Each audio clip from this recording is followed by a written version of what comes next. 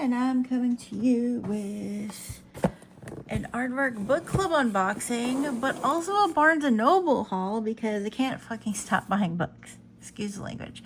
But I can't stop buying books. Apparently that's not within me. I need to move this though because my address is here. However, yeah, I'm going to share with you what I got in my Aardvark box this month. I need to open this though. And then I went to Barnes & Noble yesterday on my lunch break because yesterday was my first day back after my work trip, and I wasn't really hungry for like food. Like I had some snacks later enough in the day that I didn't need lunch, and so I had an hour to kill, and I was like, well, I'm not gonna give work an hour. Work has gotten enough of my time this week to the point where I'm getting so much overtime this week because I'm an hourly employee, and I did a lot of outside of normal work hours things this week. So I didn't want to give them another hour of my time, basically is what it amounted to. So I didn't need anything. I should have gone to the library. It would have been cheaper, but I wandered over to Barnes & Noble and picked up a few books because they have their big book haul sale where like some of their hardcover books are 50% off, and I was like, oh, that's awesome. So I just kind of went to look around, and then of course I can't help myself, so I got some stuff. But anyway, Aardvark unboxing. I got The Women in White by Sarah Pekkanen. It sounded really interesting. I also got Country People by Daniel Mason. I wasn't gonna, like, this cover didn't really intrigue me, but then I read what the book was about, and I was like, oh, I need that. And then I also got She's a Doll by Barbara Truelove. This seemed like so weird, but then I also, once again, read what it was about, and I was like, oh, this is interesting. We got some fun bookmarks. With the Aardvark Book Club, you get a bookmark for every book, which is exciting. And then they have a card here, and every month they do like a member challenge. And so this month you challenge you to create a fictional title from real Aardvark books. Share it on socials for the chance to win a free credit. Example, the list of suspicious trad wives. Lady Macbeth was a teenage slasher. So anyway, so then you have until, looks like the 20th to post it. And then I think if they choose you, yeah, you get a credit. So you get a chance to win a free credit. I don't know how many winners they pick, but yeah. So these are my books. Let's read what they're about in case you hadn't heard of these. This would maybe be easier if I did a face video, but that's not how my setup is. My setup is for pens. Extrasensory perception, the gift, a sixth sense, or something else. In 1964, four remarkable young women at a prestigious university became the subjects of parapsychology experiments by a visionary scientist. On the cusp of a historic breakthrough, the women mysteriously vanished and the program was erased from history. Decades later, Riley Bell, newly divorced and desperate for a fresh start, accepts a caretaker job for an elderly widow named Betty. Riley steps into a home that is frozen in another era, no microwave, television, or cell phones, and Betty has never heard of the internet. Why has Betty lived in such profound isolation for so many years, and why does she need Riley now? As the story unfolds across two timelines, Betty's glittering 1960s era of 5 o'clock martinis and high-stakes experiments, and Riley's quest to uncover the truth about the missing women, old secrets rise to the surface, and the only way to survive is to confront the mystery that has lingered for 60 years. That sounds so good. And Aardvark books look awesome, so here's what it looks like. How cool is that spine, even? I like the color combo. So that's pretty cool. I'm excited for that. It just sounded Dean Koontz, devilishly entertaining. I was like a huge Dean Koontz fan. His books are really disturbing. And so maybe that means this is really disturbing. I like disturbing books, though. She's a doll. This is, I think, like a, it might be, I don't remember. It's like a possessed doll situation. Lucy McQuinn has been murdered, but she's not about to go quietly. If she doesn't get to keep breathing, then neither does Kyle, her killer. Possessing the body of an antique doll, she sets out on a quest for revenge, but it's hard when you're 18 inches tall and made of porcelain. For help, she turns to Nicola, a human and fellow outsider with her own reasons to hate Kyle. But in their small, idyllic town, no one wants to hear the truth, especially not about such a promising young man. Isn't that always the way? If they can't expose his crimes, Lucy will have to roll up her lacy little sleeves and teach him a lesson the old-fashioned way, as slowly and painfully as possible. How funny is that? That just sounded... That's going to be crazy. This is going to be a crazy book, and I'm so excited. And then this one I think is going to be so sweet and endearing. Oh, wait, let's look at the book. Oops.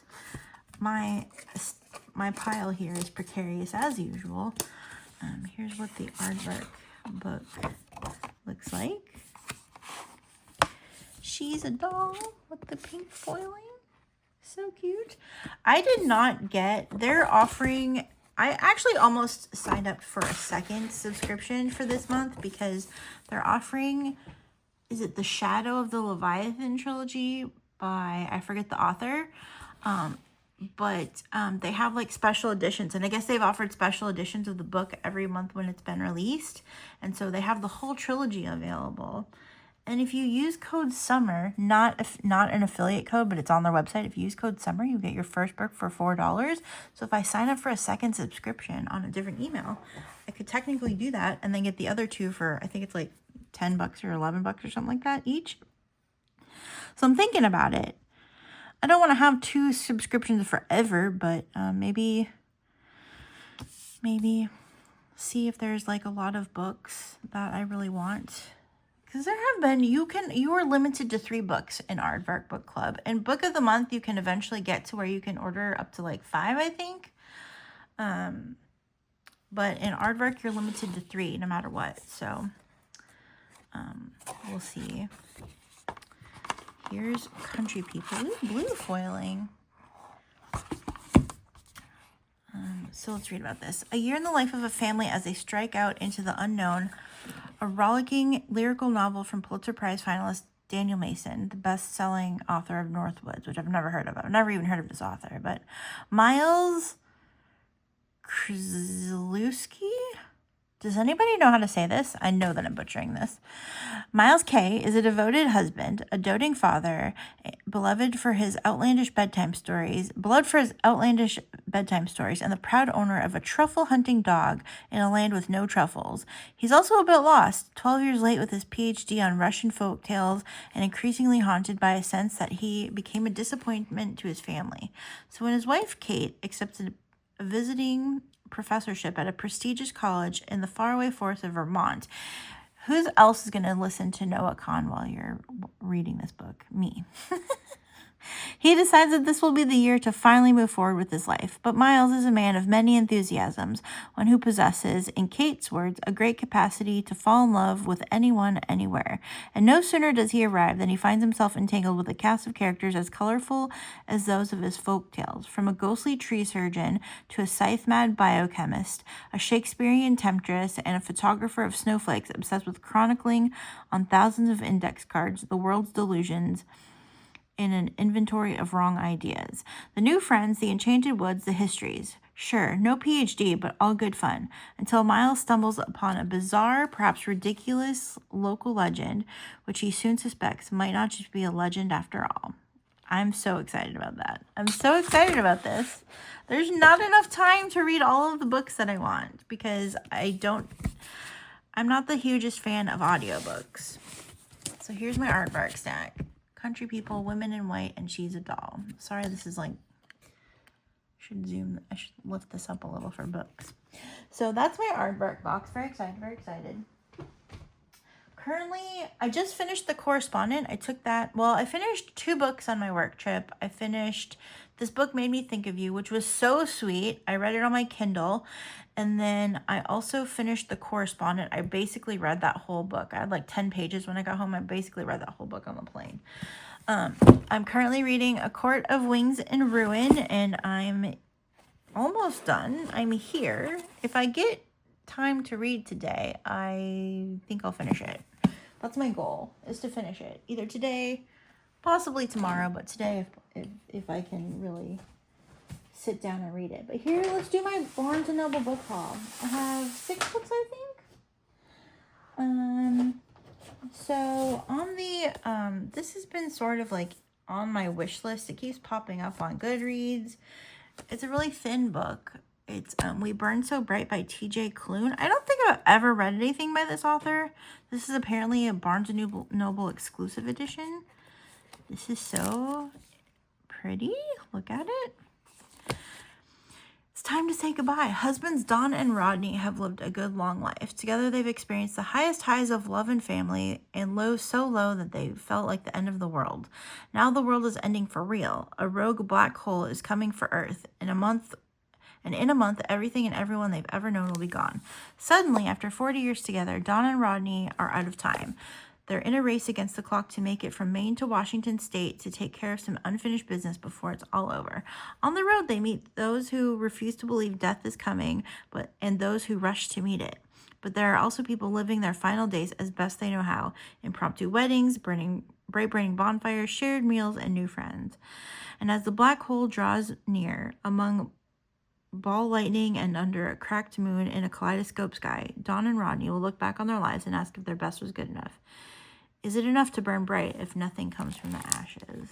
Ooh, this sounds so good. This sounds so good. I'm so excited. I can't wait to read this. And like I said, it's a short book. I have to figure out where to stick this in my reading challenge. Not that I have to read everything for a reading challenge, but it'll be fun. What else did I get? This book was not part of the book haul thing because it's a fairly new release. It came out like a few weeks ago, I think. Getting Away with Murder by Shari. I'm not sure if it's Lapena or Lapena. I'm not sure how she says her last name. But I saw this cover and then I read the description and I just could not stop thinking about it. And then it was there. I was like, you know what? I'm going to get it. They love each other, but they might love their home more. Jill and Ted adore their New York brownstone the way others adore their children. They have carefully, expensively made every inch of it their own. It reflects who they are, their status and tastes. With a grand mahogany staircase and an state-of-the-art kitchen, it is the stuff of glossy magazines and real estate dreams. It is their sanctuary. So when Ted's inheritance runs out and he makes a bad investment, they panic. How can they protect their beloved home and enviable lifestyle? The answer is obvious, or at least it's obvious to Jill and Ted. The death of one wealthy family member from whom they stand to inherit millions could solve all their problems. Together, they will get away with murder, as long as they trust each other, as long as neither makes a mistake, as long as there are no surprises, which means none of that is going to be true. I'm very excited to read that too. And then this one, The Radiant Dark. I actually don't remember what this is about. I picked this up at the library originally and then never got around to reading it. But I printed a sticker for it for my book, so it's a book that I wanted to get to, and I could probably just go back to the library and get it, but it was half off. So, there's a blurb by Sarah Jessica Parker. I did not know that. It's March 1980. I'm very partial to 1980. That is the year I was born. Now you can math. You can math my age. Carol Gerard and her husband are living an ordinary life in the small town in the Adirondacks.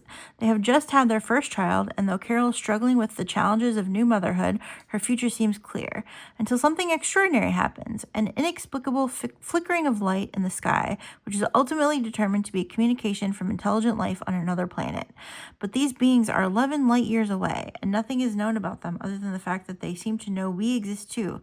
And so begins a decades-long exchange of messages with this mysterious faraway civilization. As humanity reels from a shifting understanding of its place in the universe, we follow the stories of the Gerard family. Carol, whose fascination with this other life sparks a desperate search for spiritual meaning. Michael, her loyal son, who finds solace not in the stars above his head, but in the ground beneath his feet. And Ro, Carol's bright and ambitious daughter, whose childhood goal to work in interstellar communication will evolve into something far grander. Tracing 5 decades of love, loss, and ambition and self-discovery, The Radiant Dark is a stunning heartbreaking examination of a family navigating their lives with the knowledge that we are not alone. So yeah, that's what that's about. I knew it was something to do with like extraterrestrial life and whatnot, but yay. So I'm excited. I'm excited to get that too. And then this one also was part of the sale, the little one by Olivia Muenter.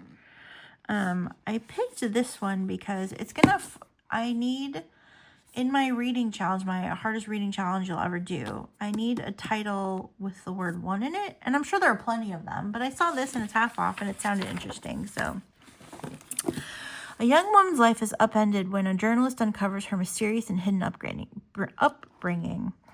From the outside, Catherine West's childhood sounds idyllic. Balmy days spent running barefoot through the gardens, plucking ripe tomatoes straight from the vine as sunlight warmed her skin.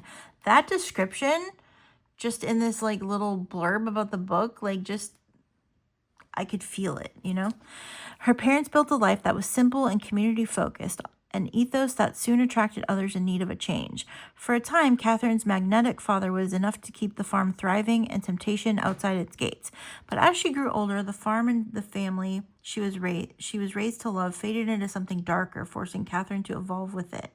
It's now been a decade since Catherine abandoned the farm, and she has done her best to reinvent her life until an email from a charismatic journalist interrupts her peace.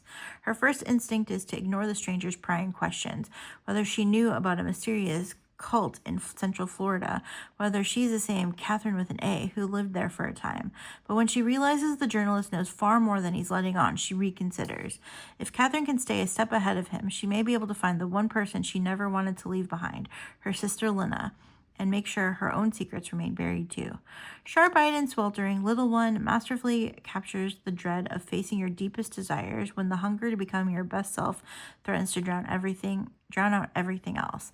An achingly astute look at modern womanhood and wellness culture. It tackles the enduring question, how far would you go to be good? So, yeah. Plus the cover's pretty, you know. Don't judge a book by its cover, but also judge a book by its cover. And then I have 3 more books. This one is The Wedding People. A lot of people that I follow on all of the booktube things have really seemed to enjoy this book, and when they describe it, it sounds really good. And I was gonna get it from the library, but then it was there. It's their monthly pick for Barnes and Noble. Apparently, it's a Read with Jenna book. It came out like 2024, I think. It's a slightly older book. I thought it was newer than it was, and then I was looking something up, and I think it's from like, yeah, 2024 is when it first came out.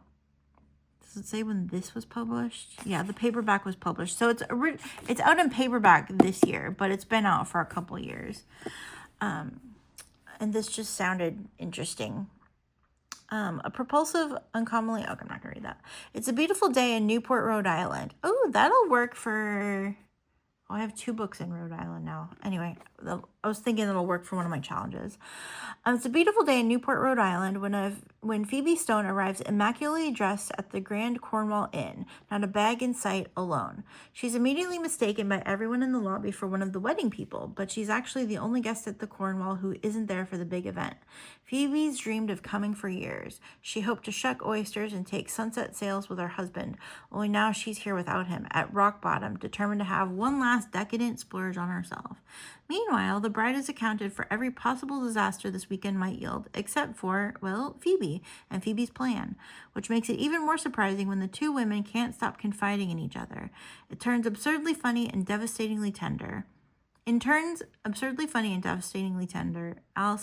Espach, The Wedding People is a nuanced, resonant look at the winding paths we can take to places never imagined, and the chance encounters it sometimes takes to reroute us. So, yeah, looking forward to this. Looking forward to this one. And then also in my book challenge, there's a prompt for kind of like all about yourself, like your birthday, the meaning of your name, your horoscope, your like Western horoscope, your Chinese horoscope, your like birth tree, your birth flowers, your birth stone, just like kind of all about you. And you read a book pertaining to each of those things. And the name Amanda means worthy of love or beloved. So I've never read this book, and I thought that it would be a good time to read it. So Beloved by Toni Morrison. Staring unflinchingly into the abyss of slavery, the spellbinding novel transforms history into a story as powerful as Exodus and as intimate as a lullaby. Seth, I'm not sure if it's pronounced Seth, I'm going to say Seth, is its protagonist, was born a slave and escaped to Ohio, but 18 years later, she's still not free. She has too many memories of sweet home. Excuse me. The beautiful farm where so many hideous things happened, and Seth's new home is haunted by the ghost of her baby, who died nameless and whose tombstone is engraved with the single word, beloved. Filled with bitter poetry and suspense as taut as a rope, Beloved is a towering achievement by Nobel Prize laureate Toni Morrison. So, looking forward to checking that out finally. Like, this is going to be a book that, like, hits really hard. I already know, but excited to read that. And then last but not least, I got a very pretty edition of Emma, because one of the prompts is called Shitiori, or Shitiori, I think it is. And it's where you take like the letter of the word, like the last letter of the word before it, and you kind of create a circle. So one of the books that's going to be in my little circle is Emma by Jane Austen, because I've never read it. And I just love this version so much. It's so pretty. It's heavy. It weighs a ton. It's like 500 pages, I think. Do they even number the pages? 508 pages. And they're like made of like really heavy glossy paper too. But this edition is just so pretty. It's just, they didn't have the Penguin Classic. And they had like, they didn't have the cloth bound classic either, but they had this version and a few other versions. And but this is just so stunning that I had to have it. I paid $25 freaking for it. That's insane. But it comes with a little bookmark, so that's kind of cute. Anyway, it just feels, this is luxurious where it doesn't need to be luxurious, but it's just so pretty that I couldn't stop thinking about it. This is actually the reason I wandered around Barnes & Noble, because I was like, I wonder if that's still there. And it was, so I picked it up. But yeah, this could hurt somebody. But it's so pretty. Look at the flowers. I just adore it. So that's all my books. I'm so excited. It's 2, 4, 6, 7. 7 books, actually. 7 books from Barnes & Noble. I have a few more coming that I ordered online. Also for parts of the challenge and just books that I've like wanted. I also picked up a little bookmark. Look, he got bookmarks. Even though I have all these Aardvark bookmarks, I just want this cat. Catnap, not meow. You're kidding me. Perfect. Cool cat. I just thought it was cute. So, did I need it? No. Did I get it? Yes. So anyway, I treated myself to a little bit of books. Anyway, that's what we got here. Books. Here's this one. I'm excited to read this one. I don't know which I'm going to read first. I have to wait to read Emma because it's in the middle of my little circle.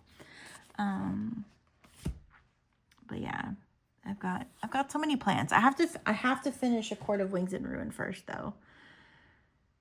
If I can finish that today, hopefully I can read the next one really fast because it's very short. My goal is to have ACOTAR series finished by the end of this month.